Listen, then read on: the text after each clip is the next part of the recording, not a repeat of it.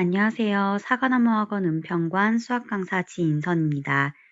오늘은 얼마 전에 이제 예일여고 2학년 아이들 수학 시험이 끝났는데요. 오늘이 사실 중간고사 완벽하게 다 끝나는 날인데 다들 잘 마무리하셨는지 궁금합니다. 모두 수고했고, 대신 이제 수학 시험 같은 경우는 벌써 끝난 지가 일주일이 됐어요. 지난주 화요일이 첫 시험 날이었는데 첫 시험으로 이제 수학 시험을 보았고, 2학년 아이들 수학 1 중간고사 문제들 중에 아이들이 가장 어려워했다는 객관식 두 문항, 요렇게 두 문항을 좀 해설을 해보려고 합니다.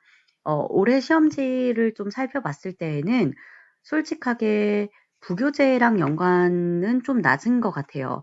부교재가 있는 학교였고, 특히나 지금 사용하는 부교재가 수능 기출의 미래라는 EBS 교재를 부교재로 삼고 있는데, 그 교재가 그냥 2학년 모의고사들을 모아놓은 게 아니라 고등학교 3학년 학생들이 보는 수학 이제 각종 학력평가들, 그리고 6월, 9월 모의평가, 그리고 11월 수능까지 모아둔 3학년이 쓰는 교재를 지금 2학년, 예일여고 2학년에서는 부교재로 선택을 해서 공부를 하고 있잖아요. 그래서 꽤나 이제 킬러 문제들까지 어려운 문제들이 많이 수록이 되어 있는데, 그걸 공부를 워낙에 열심히 하는 학교라 그런지, 역시 학교 내신 시험 문제도 높은 난이도로 출제가 되곤 합니다. 그런데도 솔직하게 어 부교재와의 연계성은 조금 떨어진다고 볼 수 있어요. 물론 이제 정형화된 문제들 같은 경우는 이거는 꼭 부교재가 아니더라도 부교재뿐만 아니라 뭐 교과서 그리고 다양한 시판 문제집들에 들어있는 수록되어 있는 정형화된 문제들도 물론 나와 있지만 그래도 학생들이 딱 이게 시험지를 맞닥뜨렸을 때 당황할 법한 좀 어려운 문제들도 많이 수록이 되어 있어서 차분하게 꼼꼼하게 생각을 하는 것이 무엇보다도 중요하겠죠. 자, 그러면 이제 객관식 마지막 두 문항 요 해설을 좀 해보도록 하겠습니다. 11번부터 갑니다.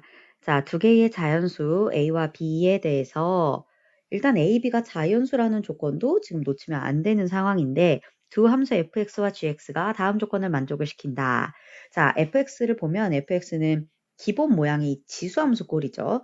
지수함수 꼴이고 그런데 사실 문제를 끝까지 읽다 보면은 단 A는 1보다 크다라는 조건이 좀 붙어 있습니다. 이걸 우리가 생각을 해봤을 때에 A가 1보다 크기 때문에 다음 fx는 증가하는 꼴을 보이는 지수함수일 거다라고 추측을 충분히 할 수 있겠죠. 특히나 현재 평행이동은 아무것도 하지 않았기 때문에 정확히 말을 해보자면 밑이 A의 6분의 1제곱인 밑이 A의 6분의 1제곱이고 이제 지수의 X가 들어간 이런 지수함수라고 볼 수가 있습니다.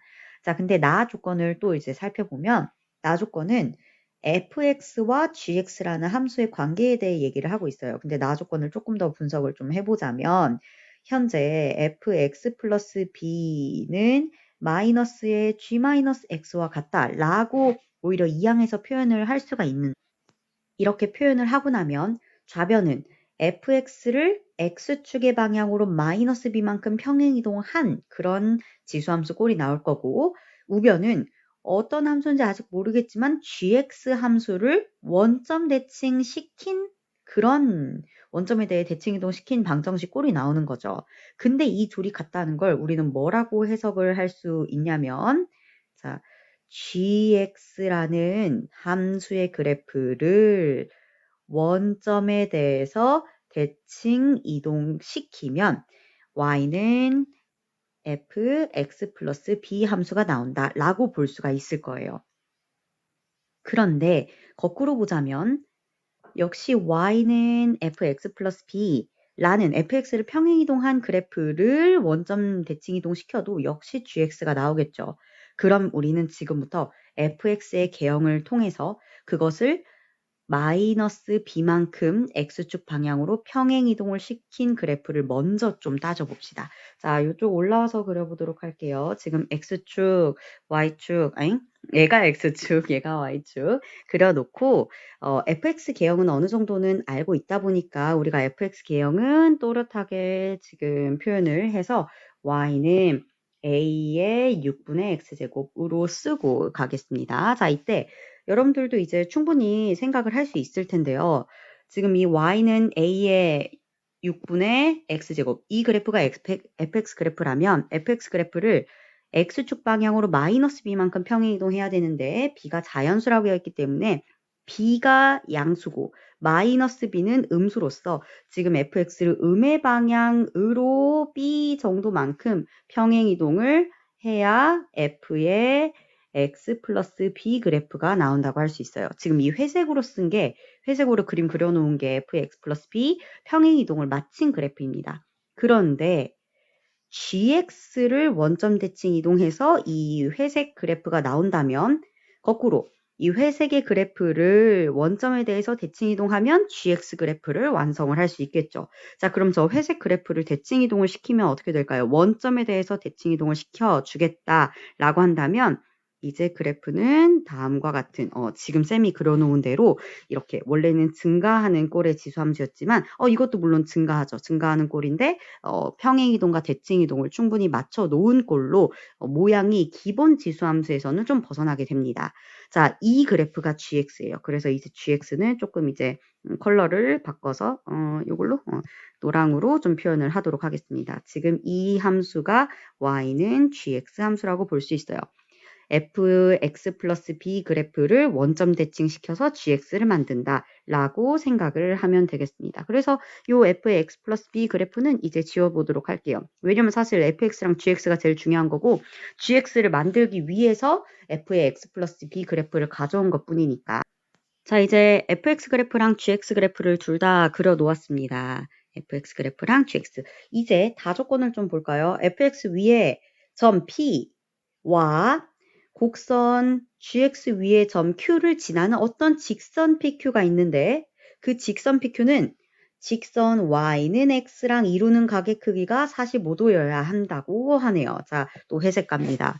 먼저 우리는 어떤 fx라는 그래프 위에 점 p 그리고 gx 이 노란색 그래프 위에 점 q가 있는데 pq를 이어주면 y는 x 직선이랑 이루는 각이 45도여야 한다는 얘기예요. 지금 그래서 y는 x 직선을 보조선으로 한번 그려보도록 하겠습니다. 자, 이제 여기서 조금 생각을 할 필요가 있겠죠.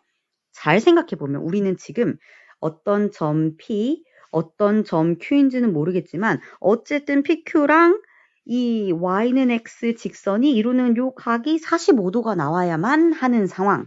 그래서 어떨 때 과연 PQ가 45도가 나올지를 자세히 관찰을 해가면서 좀 머리를 굴려본다면 우린 두 가지로 생각을 할 수 있어요. 첫 번째, 아예 PQ 직선이 아직 PQ 직선을 완벽하게 그린 건 아니지만 아예 PQ 직선이 X축과 평행하다면 그럴 때에 45도의 각을 이루게 됩니다.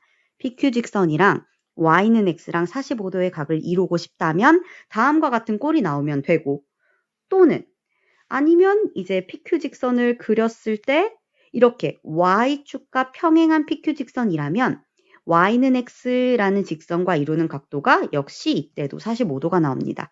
이렇게 두 개의 그림 말고는 그 어떤 직선도 y는 x랑 45도를 이루지 않아요. 생각을 해보면 진짜로 y는 x가 이렇게 x축, y축에 딱 45도 끼고 있으니까 x축이랑 평행해야 45도 나오고 또는 y축이랑 평행해야 이렇게 45도의 각을 얻을 수 있으니까 우리는 PQ 직선이 X축과 평행하게 생겼든지 아니면 Y축과 평행하게 생겼든지 둘 중에 하나로 우리는 생각을 할 수가 있겠죠. 이때 지금 잘 보면 fx 그래프는 X축 위쪽에 무조건 들어가 있고 gx 그래프는 x축 아래쪽에만 딱 담겨 있기 때문에 사실상 이 점 P와 점 Q를 이어서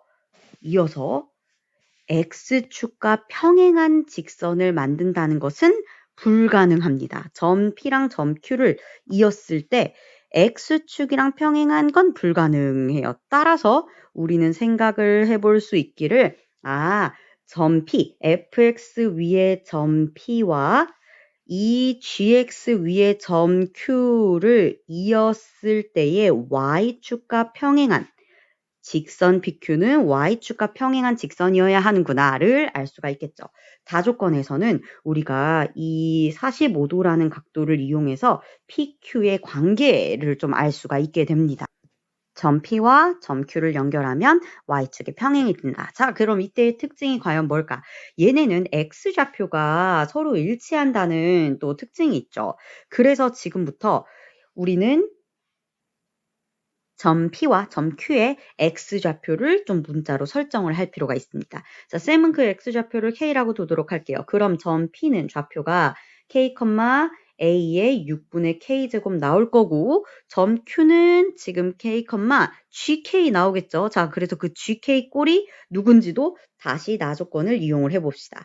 자, 우리는 GK를 원하니 이 식을 다시 잘 들여다보자면 A의 6분의 x 플러스 b 꼴의 함수는 얘를 지금 원점에 대해서 대칭 이동해서 gx 함수를 만들 수 있고 따라서 원점 대칭 이동하면 마이너스 y는 a의 6분의 마이너스 x 더하기 b 제곱 꼴이 나올 텐데 앞에 마이너스 있는 건 좀 뒤쪽으로 우변으로 아예 넘겨서 표현을 하겠습니다. 얘를 우리는 gx 함수식이라고 할 수 있고 그 자리에다가 x 자리에 이제 k를 집어넣으면 gk는 마이너스 a분의 이게 아닌데 마이너스에 a를 밑으라면서 6분의 마이너스 k 플러스 b제곱을 얻을 수 있죠. 그걸 y좌표로 삼겠지. 그래서 점 Q는 x좌표가 k일 때 마이너스 a의 6분의 마이너스 k 플러스 b제곱 나온다 라고 할 수가 있겠습니다. 자, 이때 문제 맨 마지막 조건 이용해 보도록 할까? 지금 선분 PQ의 길이가 그 PQ 길이의 최소값이 128이다 라고 했는데 선분 PQ의 길이를 표현을 좀 해보자면 바로 점 P의 Y좌표에서 점 Q의 Y좌표를 뺀 게 PQ의 길이가 될 것이고 우리는 A의 6분의 K제곱 빼기 마이너스 A의 6분의 마이너스 K 플러스 6 B제곱으로 이렇게 선분 PQ 길이를 표현을 할 수 있습니다. 이때 우리는 그냥 PQ 길이를 그냥 원하는 게 아니라 그 최소값은 128이 나와야 한다고 얘기를 하고 있는 거죠. 자, 이때 128, 특히 지금 PQ 선분의 길이 표현된 걸 보면 우리는 둘 다 현재 양수예요. 각각은 양수. 요거 마이너스였지만 여기 부분이 마이너스였지만 길이로서 따질 때에는 각각의 값들이 다 양수고 특히나 지수함수는 늘 양수꼴이죠. 그래서 이 기본 모양 두 덩어리가 모두 다 양수니까 이 부분에서 산술평균과 기하평균의 관계를 이용을 할 수가 있습니다. 자, 그래서 산술평균과 기하평균의 관계로 이 루트 두 식을 곱해보면 여러분들 둘 곱하면 이제 지수들끼리만 더하면 되죠. 지수들끼리만 더하면 6분의 k 마이너스 k 플러스 b로 a의 6분의 b제곱밖에 안 남습니다. 그런데 우리는 그렇게 얻어낸 값, 이렇게 얻어낸 PQ 길이의 최소값이 128이어야 한다는 얘기겠죠. 자, 이제 그걸 마지막으로 연산을 해봅시다. 자, 앞에 2 붙은 상태로 128이니까 이제 이때고 루트 A의 6분의 B제곱은 현재 64가 나와야 하고요. 그러면 A의 6분의 B제곱은 지금 64의 제곱이 돼야 되는데 64는 2의 6제곱이고 거기에 제곱을 하니까 2의 72제곱이다 라고까지 얘기를 할 수가 있겠죠. 자, 그러면 조금 더 정리를 했을 때 최종적으로 우리는 다음과 같은 식을 얻을 수 있어요. A의 B제곱을 했을 때 여기 12, 여기가 12제곱. 아유, 암산을 벌써 해버렸네. 여기가 12제곱이고 이제 양변에 6제곱, 6제곱을 해주면 결국에 A의 B제곱은 2의 72제곱이다 라고 할 수가 있겠습니다. 자, 우리는 지금 문제 맨 초반에 두 개의 자연수 A와 B에 대해 얘기를 하고 있고 이때 조건을 만족하는 모든 순서상의 개수를 찾아야 하는 거니까 다음을 만족하는 자연수 A, B를 좀 찾아보면 되겠죠. 자, 이때 밑이 2라는 걸 좀 생각을 해보면 A는 2의 거듭제곱 수여야만 합니다. 그리고 이제 B까지 고려를 해서 2의 72제곱을 만들어야겠죠. 한 요 부분은 이제 좀 지워보도록 하고 요쪽으로 옮겨와서 마무리를 하도록 합시다. 자, 그래서 A와 B의 순서상을 이제 찾아볼 건데 예를 들어 A는 2를 밑으로 하는 수여야 되니까 2의 n제곱이라고 좀 써보도록 할게요. 근데 a의 b제곱을 연산을 하자면 이제 2의 nb제곱이 될 테고 우리는 이 결과가 72가 나와야 돼. 2의 72제곱이 나와야 합니다. 따라서 n 곱하기 b 한 것이 72여야 되니까 우리는 n도 그렇고 b도 그렇고 70의 약수들이라고 할 수 있겠죠. 자, 그래서 n과 b를 이제 순서쌍을 여기서 먼저 찾아봅시다. n을 찾으면 a가 나오니까. n을 뭔가 매개체로 삼아서 좀 생각을 해보자면 자, 일단 약수 70이 나오는 거 1과 72. 그렇다면 a는 2의 1제곱 되는 거니까 순서상 요렇게 a, b 하나. 자, 또 n이 2면 b는 36이 돼야겠죠. 그렇다면 a는 2의 제곱인 걸로 a와 b의 순서쌍은 또 요렇게 두 개. 어쨌든 이 줄이 몇 개 생기는지가 중요할 텐데 우리는 72의 약수가 몇 개냐면 72는 8, 9, 70이라서 약수의 개수는 4 곱하기 3으로 총 12개가 나옵니다. 그래서 A와 B의 순서쌍도 12개. 답은 5번이 되겠습니다.